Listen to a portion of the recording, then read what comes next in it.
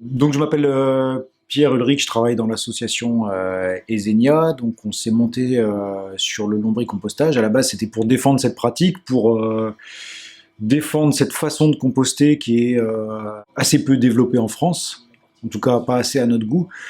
Donc on a travaillé à développer cette pratique notamment au niveau collectif, le lombricompostage. Le lombricompostage, c'est le traitement des matières organiques pour en produire du lombricompost. Donc on a très clairement l'amont, c'est la production de déchets, c'est la réduction des déchets. Donc on est parti sur les matières organiques. Au final, on s'est retrouvé à travailler sur d'autres types de déchets, notamment les ordinateurs qu'on collecte, qu'on reconditionne sous Linux et qu'on peut redistribuer à des populations qui n'ont pas forcément les moyens de s'acheter des ordinateurs neufs, dernier cri, qui vont tomber en panne dans les 3 ans. La production de lombricompost qui permet de travailler en lien avec des agriculteurs, qui permet de travailler de l'agriculture urbaine, qui permet de créer des potagers, qui permet de toucher aussi à l'alimentation, à tous ces thèmes. Donc voilà, ça nous fait quelque chose d'assez complet qui va du déchet à la production. Le lombricompostage, c'est une technique agricole au démarrage qui consiste à élever des vers de terre et à les nourrir avec des déchets. Donc ça peut être des déchets alimentaires, des déchets de cuisine, épluchures, etc. Ça peut être des fumiers en agriculture ou des résidus de culture. Auquel on peut rajouter du bois, des feuilles, de la paille, du carton et d'autres types de matières. Donc on donne à manger à des vers de terre qu'on élève exprès pour, qui font ce qu'ils savent le mieux faire, c'est-à-dire le manger, les digérer avec l'aide de toute une faune, donc des bactéries, des insectes, etc., pour produire du coup du lombricompost, qui est une matière proche de l'humus qu'on va trouver dans les sols, donc avec lequel on peut faire de l'agriculture, du jardinage.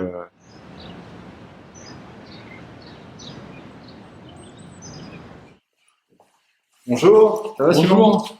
J'ai cet ordinateur là, c'est mon fils qui s'en servait et il s'en sert plus et on sait pas trop s'il marche bien en fait, il est un peu lent. Ça vous intéresse de le D'accord. récupérer? Oui, ça m'intéresse. Ouais. On va le tester, on va voir s'il y a un problème. Ouais. Okay. Il est pas très vieux, mais il est plus tout à fait au goût du jour. D'accord. On va le poser là.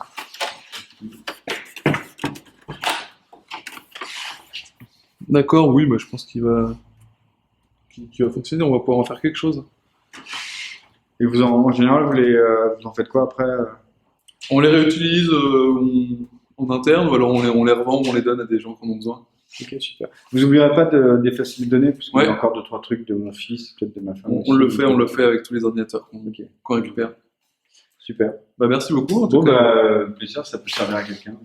Alors, le projet Linux Populus, c'est un projet porté donc par plusieurs associations, donc interassociatif, par l'association Ezenia, dont je fais partie, qui fait en majorité du recyclage de pas mal de matières et de l'animation, en particulier à destination de gens en insertion ou des gens dans les quartiers.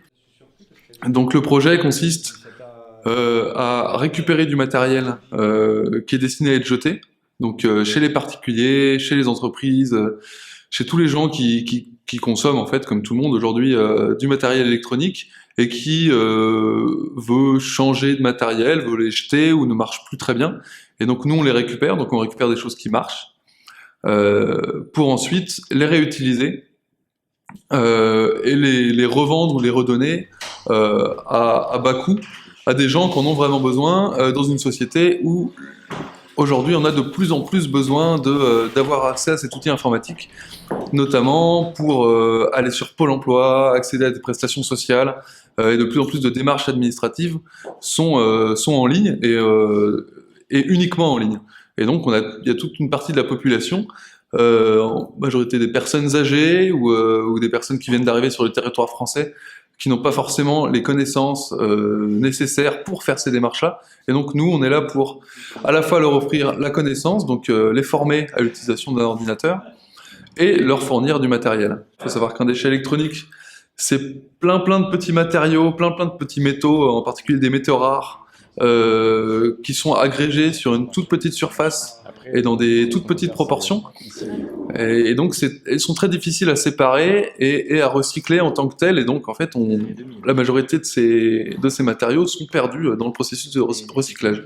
Ou alors, pour les filières les pires, sont envoyés dans des décharges en Afrique, en Asie, où ils sont triés sur place de façon extrêmement polluante, et pour la santé des gens, et pour le sol.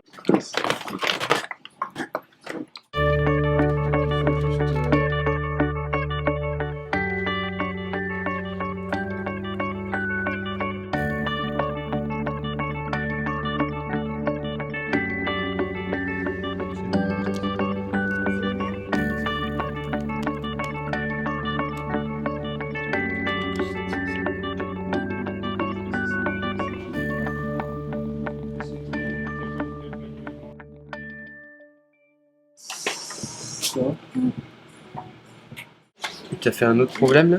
Non, non. Alors l'Atelier Soudé, c'est une association donc, qui s'est créée à Lyon donc en fin 2015, et en fait l'activité principale de l'Atelier Soudé, c'est d'organiser des ateliers de co-réparation électronique. Et donc en fait l'objectif dans tout ça, il y a 3 objectifs, c'est à la fois réduire les déchets électroniques évidemment, combattre l'obsolescence programmée, et surtout permettre en fait aux individus de se réapproprier la technologie. Donc c'était en fait de par le fait de pouvoir ouvrir les appareils, d'aller un petit peu plus loin, de comprendre comment ça marche. Ça permet donc de démystifier, de comprendre l'obsolescence programmée et du coup d'éviter les déchets électroniques. On a plusieurs locaux à Lyon, on effectue des permanences en fait de réparation.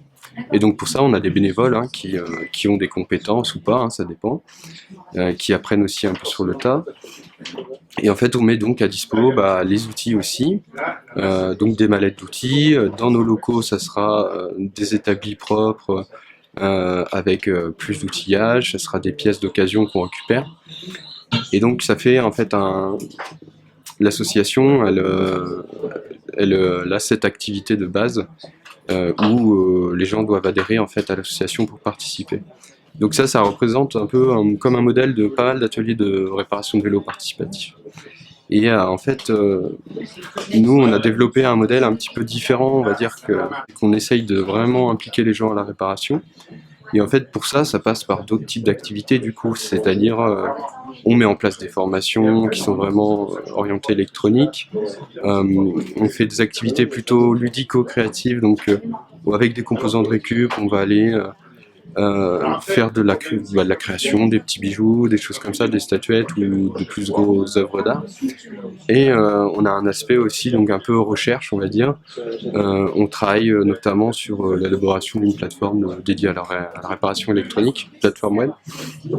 En fait, du coup, on fait pas mal d'animations de la MJC, les centres sociaux, en fait, ce qui nous permet d'avoir un vrai modèle économique basé sur la réparation, et donc de pouvoir en fait élaborer des projets différents comme je viens de citer, et aussi de salarier du coup du personnel en fait pour tenir une association. Partir parce que là, elle tient. J'ai voulu dessouder un peu tard et j'ai tué les Non, parce que c'est sa parole. Ça marche.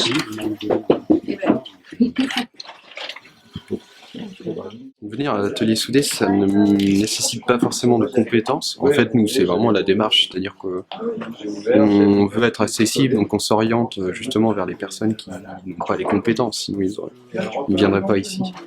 Et donc, ce qui se passe, en fait, c'est que nous, on ne laisse pas la personne faire toute seule, hormis si, évidemment, elle est habituée, qu'elle commence à avoir la bonne façon de réparer, etc.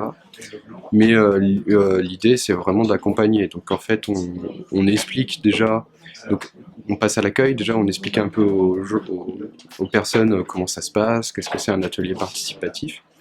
Donc en fait, le fait d'adhérer, c'est d'adhérer à une démarche déjà. Donc beaucoup de personnes ne viennent pas là en fait pour avoir du résultat spécialement, mais juste parce qu'ils sont un peu excellés que les choses tombent en panne sans cesse. Je te laisse trouver une place sur un établi. Ouais. Et puis retester l'appareil quand même. Ouais. Parce que des fois ça remarche subitement. Nous, on essaye de vraiment prendre le temps, donc c'est de voir qu'est-ce qui se passe, quel est le problème, etc. Donc ça crée un peu un climat on va dire d'apaisement, de confiance en fait. Et comme certes, les bénévoles vont un peu savoir quand même les pannes qui sont classiques, donc on peut cibler assez facilement certaines pannes et orienter rapidement en disant là tu vas utiliser un multimètre, donc voilà comment ça marche comme ça, on va utiliser telle fonction. On montre en fait, la plupart du temps ce qui se passe c'est qu'on va montrer d'abord l'action qu'on fait, on essaye que la personne la reproduise, donc si c'est dévisser un truc, essayer ci, ça. Et donc petit à petit on va amener la personne à participer au maximum. Je comprends pas ce que je dois faire.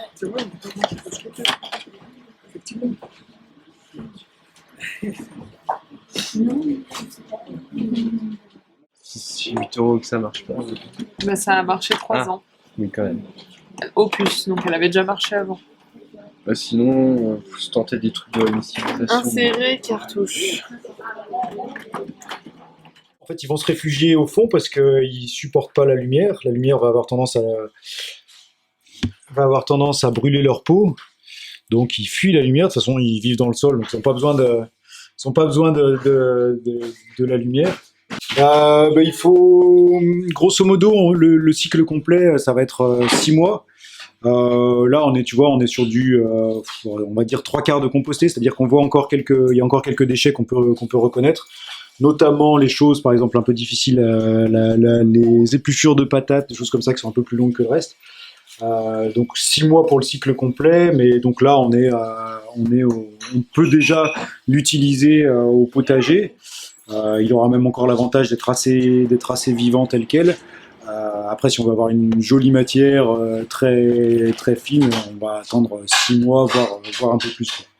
Donc ici, il y a le clitellium qui est l'appareil de reproduction. Donc là, au moins, on est sûr, on a affaire à un adulte. Si on veut aller un peu plus loin, du coup, c'est vraiment une reproduction par l'homme appauvrie de ce qui se passe dans la nature. Alors appauvrie parce qu'on n'aura jamais la puissance de digestion d'un sol, parce que les sols, faut imaginer ça comme un espèce d'immense intestin qui est capable de digérer tout ce qui va tomber en matière organique. Hein, donc un sol est capable de digérer des cadavres d'animaux, des déjections d'animaux, des arbres, des branches d'arbres, des feuilles, bref, tout ce qui va tomber dessus va être digéré et reproduire cette matière et d'une certaine façon fabriquer lui-même de la terre qui va permettre de faire repousser,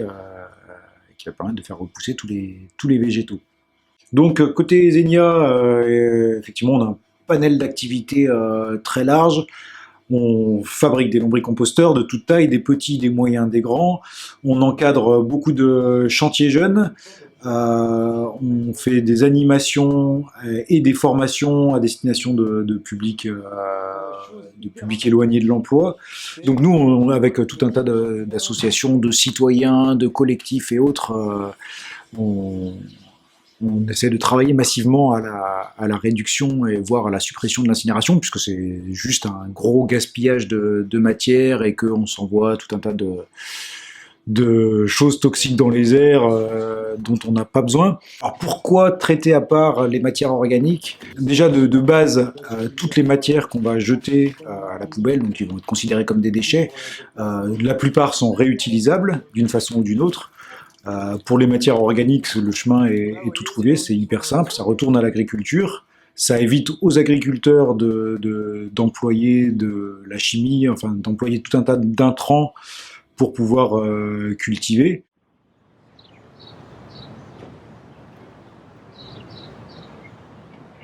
En fait, dans les faits, quand même, tout est réparable. Hein.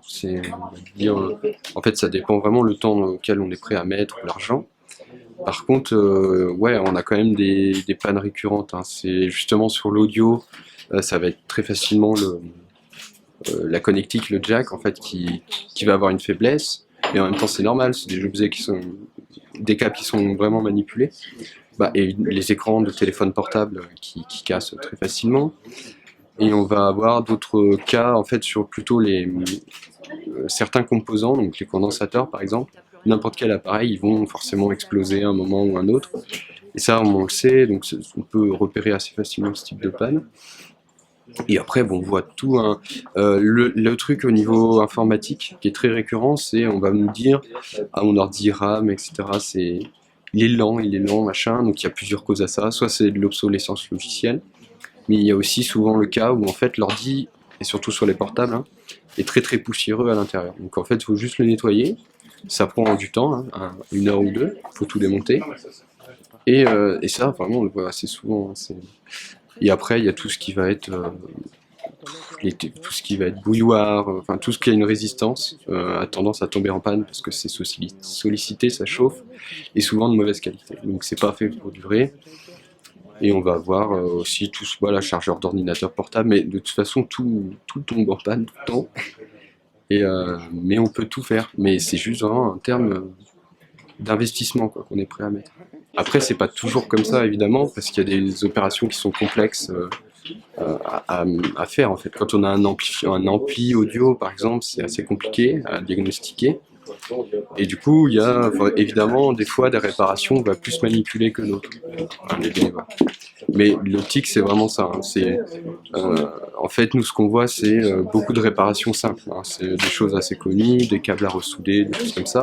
Et en fait, ça, c'est vraiment abordable à tout le monde. Surtout que nous, on a quand même pas mal de pièces de RAB, quoi. Donc, on a de quoi faire sur place pour répondre directement aux besoins. Et donc, du coup, ça donne que en fait, à une fin de permanence, c'est environ, on va dire, 8 personnes sur 10 qui peuvent repartir avec quelque chose de réparé. C'est minutieux, c'est ça surtout. C'était pas forcément compliqué, mais faut être patient. Ouais. Qui est là où il manque Hop là.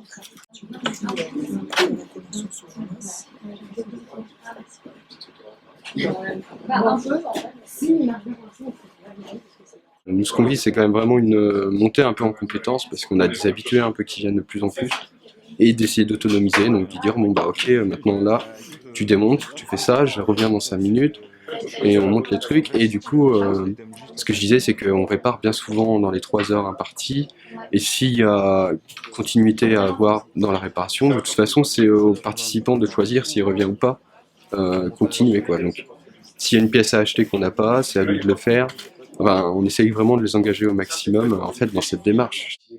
Ouais. Après, peut-être Moi, je vais normalement demain, je fais ça demain après. peut-être juste qu'ils décident s'ils pensent qu'il y a des cartes max fonctionnelles, et est-ce qu'on détaille ça par exemple pour piquer l'alu, parce que ça vaut le coup, parce que ça peut avoir le coup, je suis pas sûr, ça représente vachement de goût. Ouais. C'est beaucoup de temps perdu pour Enfin, bref, faire du recyclage. Le truc, c'est que nous, il va nous les racheter, quoi. C'est inférieur. C'est ça. Ouais, je pense. Hein, Et parce après, qu'il rachète des PC. Donc, alors aujourd'hui, les gens jettent leurs ordinateurs et d'autres engins électroniques du quotidien, comme en particulier les smartphones et les téléphones. C'est souvent dû, aujourd'hui en tout cas, à des mises à jour logicielles qui sont faites par les grandes multinationales aujourd'hui qui gèrent nos systèmes d'exploitation, en particulier donc Apple, mais aussi Google et Microsoft, mettent à jour leur système d'exploitation, donc le logiciel qui fait tourner, grâce auquel on peut utiliser nos machines, les mettent à jour sans toujours demander aux utilisateurs finaux, donc à nous. Et ces mises à jour, parce qu'on va vers le sens toujours de plus de puissance dans nos ordinateurs, ces mises à jour sont toujours de plus en plus dures à faire tourner. Donc c'est-à-dire qu'il faut un ordinateur toujours plus puissant pour que ça marche bien. Et vu que les gens changent, logiquement les gens ne vont pas racheter un ordinateur de fait tous les ans, ils vont en fait se retrouver avec des ordinateurs qui sont de plus en plus lents. Et c'est souvent la cause de frustration assez forte en fait chez les utilisateurs finaux des ordinateurs, c'est qu'en fait un ordinateur au fil des années va être de plus en plus lent, alors qu'on va en avoir souvent toujours la même utilisation, c'est-à-dire du traitement de texte, aller sur internet, faire quelques petits jeux, etc. Et donc c'est la raison principale pour laquelle les gens nous redonnent des ordinateurs, et c'est la raison aussi principale pour laquelle on utilise Linux, donc le logiciel libre, dans ce projet, parce que premièrement il est gratuit, ce qui est très intéressant parce qu'on n'a pas besoin d'acheter des licences Microsoft, enfin des licences Windows pour faire marcher des ordinateurs. Il est gratuit, il est léger, il y a beaucoup de distributions Linux qui sont très légères et donc qui marchent sur des ordinateurs qui sont trop vieux pour faire tourner le nouveau Windows ou le nouveau macOS. Et ça nous permet aussi d'avoir un contrôle sur la machine, parce que Linux, si on ne le lui demande pas, il ne fait pas de mise à jour, Et donc, on peut avoir une machine qui fonctionne de la même façon et avec la même rapidité pendant des dizaines d'années, parce que rien ne va changer. Ce qui est le principe du logiciel libre, c'est que c'est vraiment l'utilisateur qui décide de ce qui se passe dans sa machine et qui va donc décider d'installer quelque chose de mieux ou de plus puissant ou de plus nouveau, mais ça ne va pas se faire sans sa décision. Et donc, une des deuxièmes raisons aussi, mais qui est liée à la première, c'est que les entreprises qui nous donnent des ordinateurs, c'est parce que souvent dans les entreprises, c'est vrai aussi pour les administrations, ont une politique de changement de matériel. En fait, c'est des contrats qui sont passés avec des fournisseurs, une politique de changement de matériel assez rapide, souvent tous les 3 ans. En tout cas, c'est pour les administrations, c'est comme ça. Donc tous les 3 ans, ils changent tout leur parc informatique. Ça peut inclure aussi les imprimantes, ça peut inclure leur téléphone portable, etc., etc. Et donc dans ces moments-là, c'est vraiment, ça peut être des centaines de machines qui d'un jour à l'autre vont être remplacées et qui en fait, la plupart du temps, sont mises en décharge, en tout cas sont recyclées, alors que c'est des machines qui fonctionnent très bien.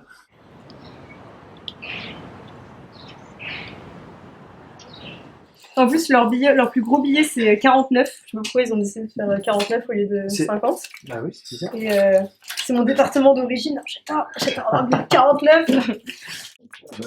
Celle-là, c'est une vraie. Attends, celle-là, c'est une vraie. Celle-là, c'est une vraie. Ouais. Celle-là, non.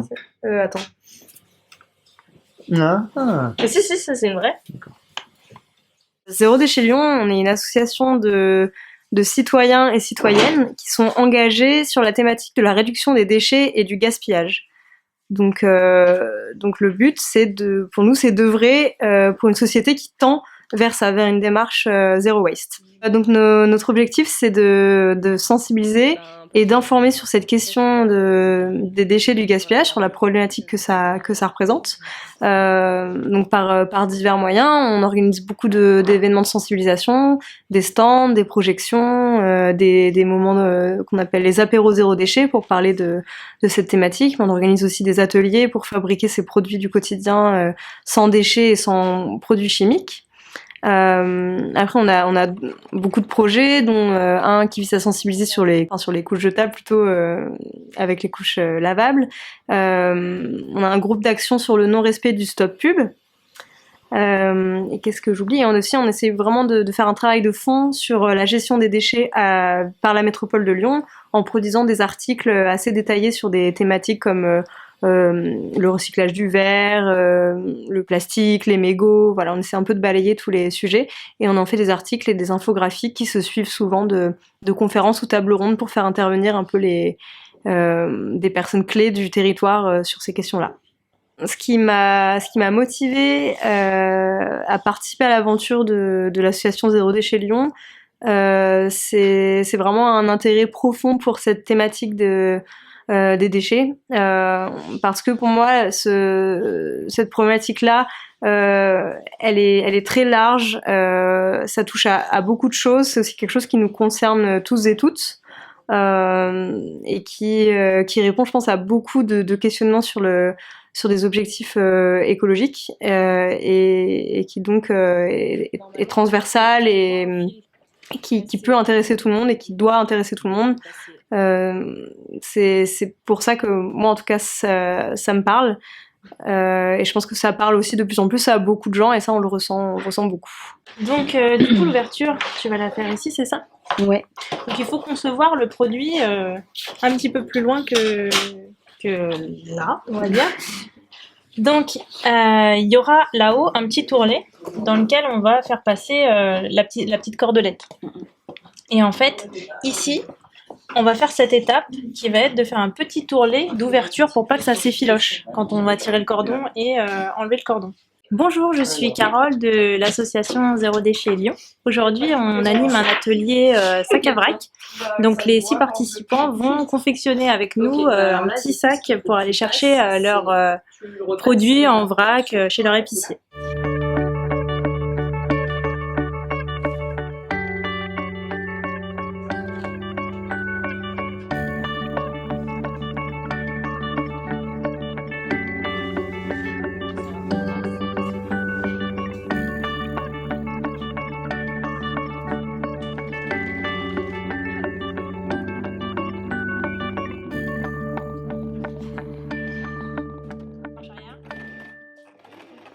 au sein de l'association, on a de nombreux projets, dont un gros projet qui a un peu rythmé notre année 2018, ça a été l'édition d'un livre, plutôt d'un guide sur le zéro déchet, mais appliqué à Lyon, c'est-à-dire reprendre des conseils un petit peu généraux sur la question, mais surtout l'appliquer spécifiquement à la métropole de Lyon, donc en donnant des adresses des acteurs du terrain, des infos concrètes sur comment on pouvait faire pour mener un mode de vie zéro déchet à Lyon et ses alentours. Donc ça a été un travail collectif, puisqu'on a été une dizaine de personnes à travailler sur le projet, que ce soit sur l'écriture, la relecture, la coordination de projet, de la photo. On a notre graphiste habituellement bénévole qui a beaucoup travaillé sur la charte. Bon, voilà, c'était un travail, vraiment un beau travail d'équipe qui est jusque-là un succès pour nous. Donc on espère que ça va être un vrai outil pour diffuser un maximum le zéro déchet sur la métropole de Lyon. Okay. Mais c'est du prix libre, donc ça veut dire que tu es libre de mettre ce que tu veux, ce que tu peux, ce que tu as dans ta poche. Ce que j'ai dans ma poche. J'ai 50 € dans ma poche. Allez, Mais... j'ai de la monnaie, bien évidemment. Est-ce que je peux le prendre à 10 €? Ouais. Alors. Ah, parfait, quoi. J'adore ça.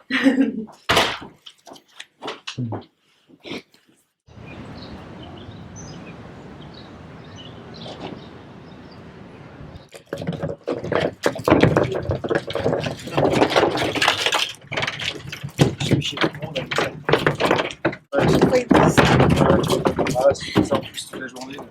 Ouais.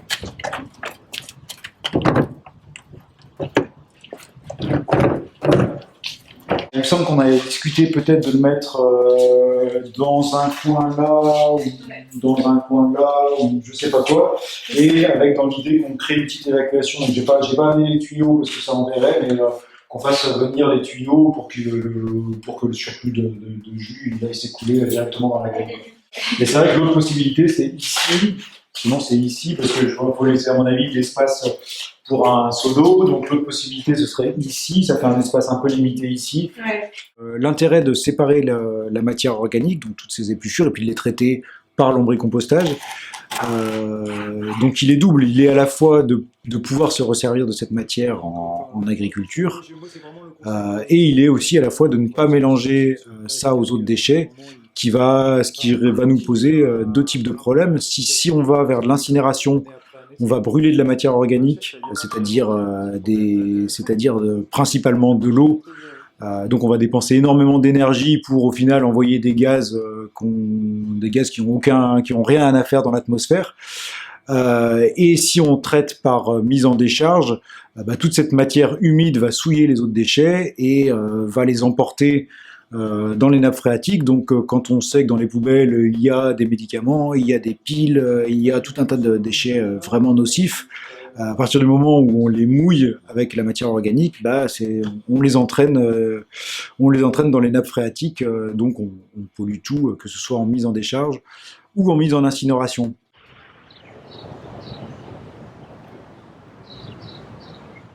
Donc là, après, il y a Windows 10 installé. Oui. C'est la dernière version. Oui. Sur un petit ordi comme ça, c'est sûr qu'il va avoir plus de mal. Eh ben, Donc, au oui, pire, mais ce serait ça, pas on mal m'avait d'aller... pas prévenu de oui, revenir en arrière. Ouais. C'est plus possible. Si. Ah, si. Si vraiment vous voyez que ça continue à un peu... Tout le temps. Voilà. Et ben, il faut mettre de côté vos photos, tout ça, sur une clé USB, comme ça. Oui. Et comme ça, on réinstallera un système un peu plus ancien, quoi. Il y a la même à côté là. Non? L'informatique et bidouiller un peu, ça m'a toujours assez intéressé. Et je me suis la première façon dans laquelle je me suis politisé, c'est aussi par le logiciel libre et la défense de nos libertés sur Internet et un peu d'essayer de comprendre qu'est-ce que veut dire toute cette numérisation grandissante du monde, et donc qu'est-ce que ça veut dire au niveau logiciel. Donc c'est pour ça que le logiciel libre m'intéresse beaucoup, et de voir comment on peut changer nos pratiques pour ne plus dépendre de multinationales, par exemple, pour un outil qu'on utilise tous les jours et avec lequel on a de plus en plus de scandales de surveillance généralisée, de vol de données, etc. Et donc aussi sur le côté matériel, de voir un peu comment on peut s'autonomiser, donc en récupérant, parce que c'est quelque chose qui me tient à cœur, toujours essayer de récupérer les déchets des autres pour en faire quelque chose d'intéressant, et donc d'essayer de récupérer à bas coût, parce que la récup c'est aussi ça, c'est aussi d'essayer de voir comment on peut vivre aujourd'hui sans devoir tout le temps payer du nouveau matériel, donc et ça a un coût forcément écologique. Et donc ce niveau matériel, donc, vraiment cette question écologique, de recyclage, de récupération. Moi-même, je veux vraiment cette volonté d'autonomiser les gens par rapport à leur matériel et par rapport aux autres grandes structures qui régissent notre monde. Donc voilà, du coup, nous, effectivement, on fait partie de l'association Esenia. On a l'association Esenia, c'est très très large ce qu'on fait, mais à la base, effectivement, on s'est monté sur le lombricompostage. Donc une partie de notre métier, c'est d'élever des vers de terre, une autre partie, c'est d'installer des lombricomposteurs. Et puis après, pour que tout ça marche, eh ben, il y a tout ce qu'il faut au niveau sensibilisation. Donc on fait ça assez souvent dans des écoles, on fait ça avec des papis, des mamies, des maisons de retraite, donc des étudiants, c'est assez rare, mais là c'est le cas. Déjà, est-ce qu'il y en a qui connaissent le lombricompost ou est-ce qu'il y en a qui connaissent le compostage? 3, si, bon, presque tous. Vous connaissez le compostage, enfin, vous avez entendu parler du compostage. Très grossièrement, un sol, c'est quelque chose de vivant et c'est l'endroit où il y a la plus grosse masse de vie. En termes de masse, je parle de poids, quoi. C'est là où il y a la plus grosse masse animale sur Terre. C'est-à-dire qu'il y a beaucoup plus de masse animale, il y a beaucoup plus d'espèces vivantes, il y a beaucoup plus de vie dans les 30 premiers centimètres du sol que sur la Terre, que dans les airs, que dans les océans et dans les mers. C'est vraiment l'endroit où il y a le plus de vie. Tout ce qui tombe au sol en continu, c'est-à-dire les feuilles des arbres, les branches des arbres, les fruits, les cadavres des animaux, les déjections des animaux, tout ça c'est perpétuellement recyclé par on appelle ça la faune du sol, la faune et la flore du sol. Donc il faut imaginer le sol comme un intestin géant constitué de tas de micro-organismes. Donc il y a des choses qui sont visibles à l'œil nu, les vers de terre, des mille-pattes, tout un tas d'insectes.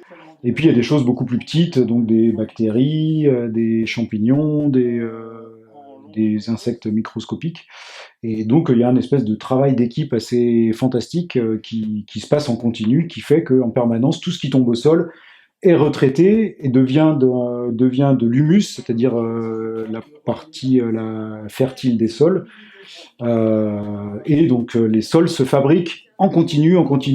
Ça fait depuis des millions d'années que ça se passe. Parce que les vers de terre, ils étaient antérieurs aux dinosaures. Je pense que c'est l'animal le plus important de la Terre. Enfin, je pense que c'est l'animal sans lequel quasi rien ne vivrait. Donc c'est quand même vraiment le truc le plus... On parle beaucoup des abeilles qui sont super importantes, parce qu'effectivement, elles pollinisent les plantes.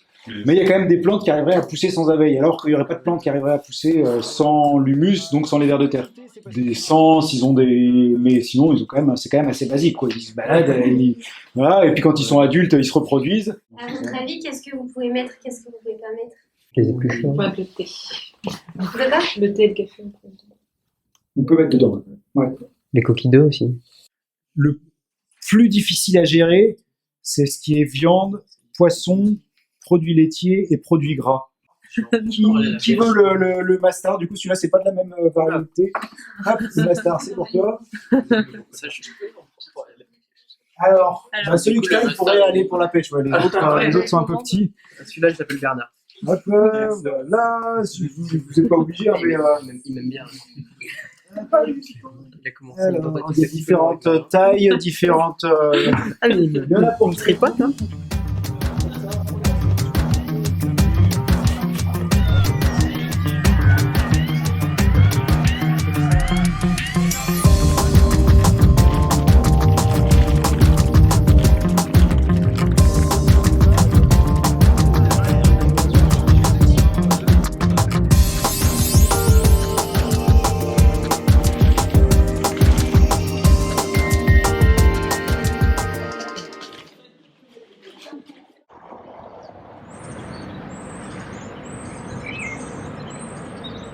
Pour allumer tout ça.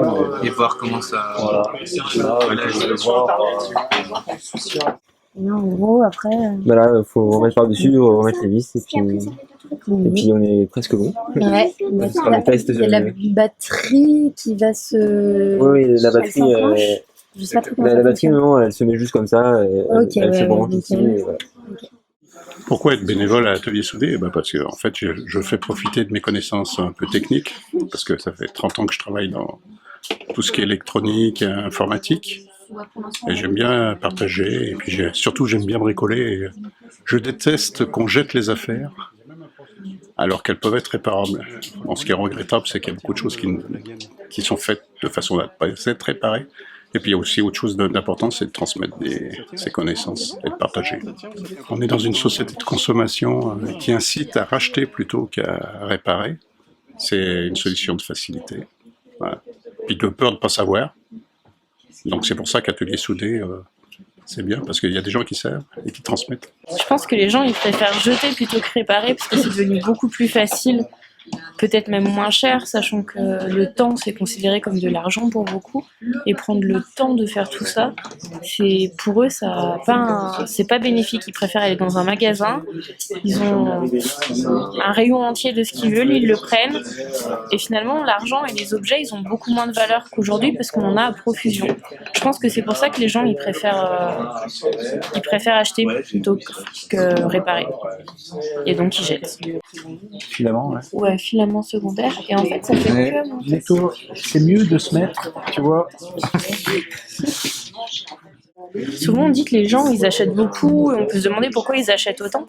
Je pense qu'ils achètent autant parce qu'on leur fait croire et qu'on leur met dans la tête que c'est un peu le but d'une vie. Tous les mois tu as ton salaire et du coup il faut le dépenser, donc il faut acheter en permanence, et ça devient très important pour les gens. Et puis ils ont leur identité, leur personnalité, ils ont leur propre valeur en fonction des objets qu'ils possèdent. Mais finalement les objets ils ont une valeur qui peut être différente de celle qu'on leur donne. Il y a des gens derrière, ils font leurs propres habits, et faire ses propres habits, ça fait des objets qui ont encore plus de valeur que d'acheter le même t-shirt, la même robe, le même pantalon que 50 autres personnes dans un magasin de grande distribution. Donc pourquoi est-ce qu'ils achètent autant? Je peux pas vraiment dire, j'en suis plus dedans, mais je pense que c'est quelque chose qu'on nous a mis profondément et qui fait partie de nos identités aujourd'hui. Et c'est un besoin qu'on fait naître en nous, acheter pour donner l'impression de réussir.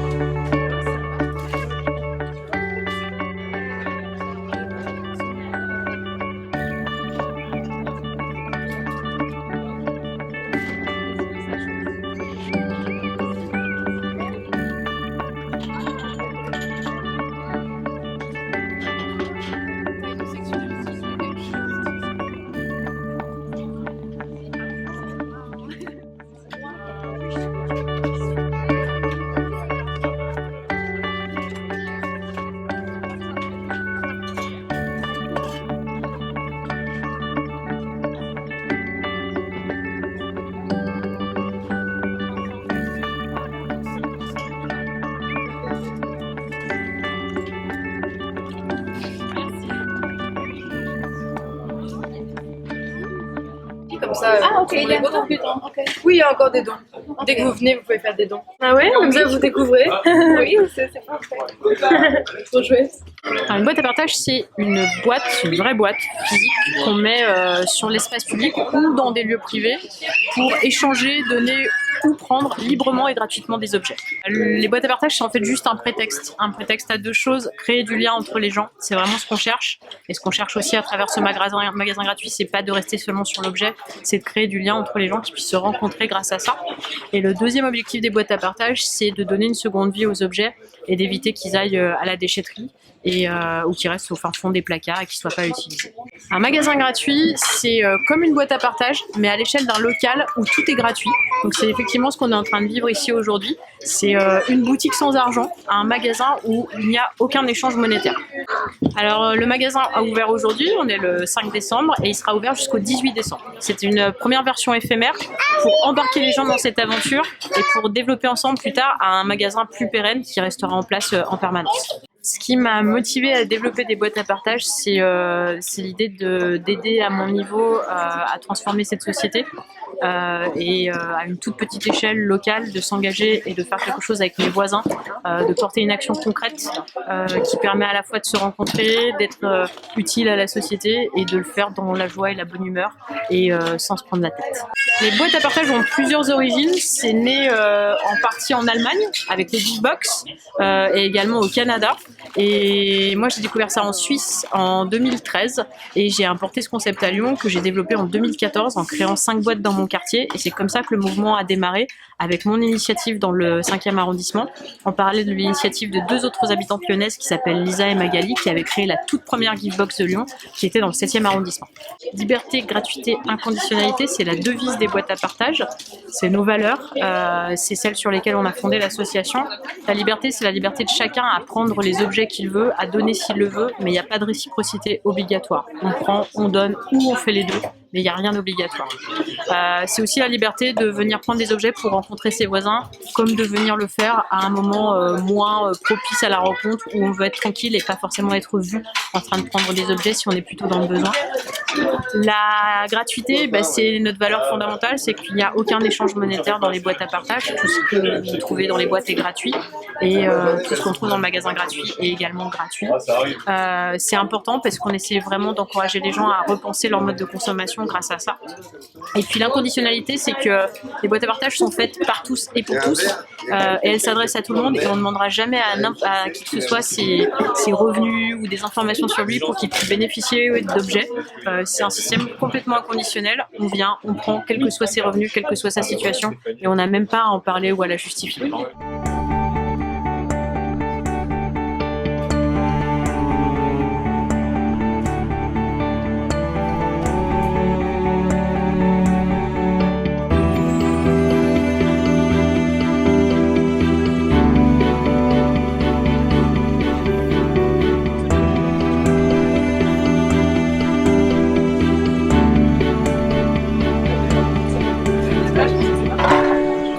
Donc la Maison de l'économie circulaire, c'est un lieu qui regroupe plein d'associations, plein de citoyens, plein d'initiatives associatives et citoyennes.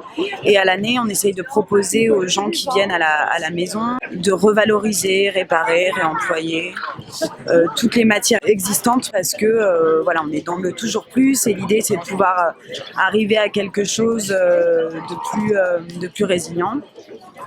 Et l'idée, c'est de leur montrer qu'on peut réemployer des choses, qu'on peut revaloriser des choses, que rien ne se perd, que tout se transforme. Et en fait, là, aux périodes de Noël, où il y a énormément de marchés de créateurs, de marchés d'artisanat, etc., pour les fêtes de Noël, que c'est une période, on le sait quand même, où les gens où la consommation est en hausse parce que c'est culturel et qu'à Noël, on offre des cadeaux. Et on s'est dit, pourquoi pas finalement organiser un marché de Noël, mais 100% zéro déchet, 100% économie circulaire. C'est-à-dire que les créateurs et les artisans qui sont présents aujourd'hui sur le marché ne sont que dans la revalorisation de matières. Du coup, prix libre et conscient. Donc, oui, ça veut dire que si tu me dis 50 centimes pour ça, évidemment, C'est toi qui fais du coup? Non. Tu fais partie du collectif. Ouais, c'est ça. Ouais. Tu connais le Sahara? Tu sais où c'est le Sahara? C'est au nord de l'Afrique. C'est un grand désert. Il vit là-bas. Ça s'appelle un fennec. Bonjour, moi je suis le créateur des sculptures Funky Gecko. Donc c'est des sculptures en fil de fer, canettes et câbles téléphoniques. Donc voilà le matériel que j'utilise, les canettes, câbles de téléphone. Et toujours une base comme ça en fil de fer sur laquelle j'habille ma canette tressée avec mon câble de téléphone. C'est du recyclage. J'achète uniquement le fil de fer, tout le reste c'est récupéré à la déchetterie.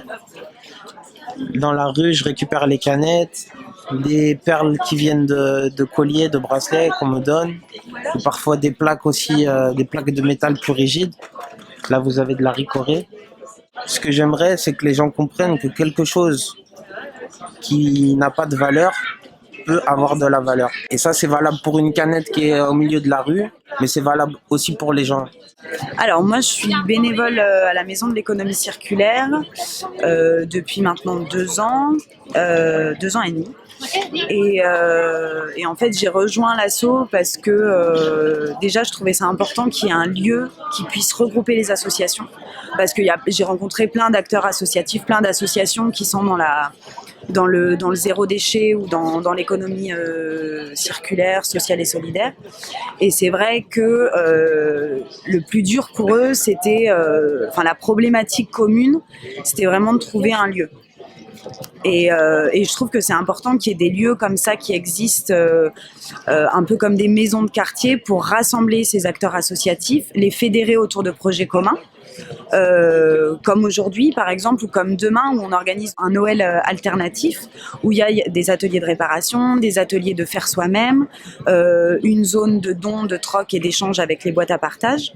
Et c'est vrai que je trouve ça important qu'il y ait une association qui puisse fédérer des acteurs autour de temps communs sur des thématiques qui peuvent parler aux citoyens et leur montrer qu'on peut agir pour l'environnement et qu'on peut être dans une démarche éco-responsable au quotidien, dans sa maison, pour Noël, pour l'informatique, pour l'électronique, pour le textile, tout ça.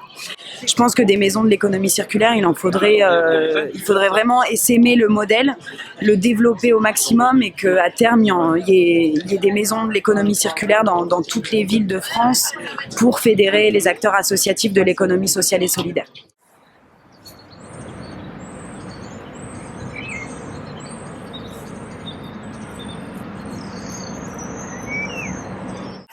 C'était si simple. Ils aiment bien compliquer, ils aiment bien compliquer les choses. Et encore, ces anciens modèles, là, on peut les démonter. Maintenant, ils mettent des vis, des têtes de vis complètement. T'as des triangles, t'as des poteaux, il y a tout, des excentriques, des trucs. On fabrique des outils des fois pour arriver à l'église.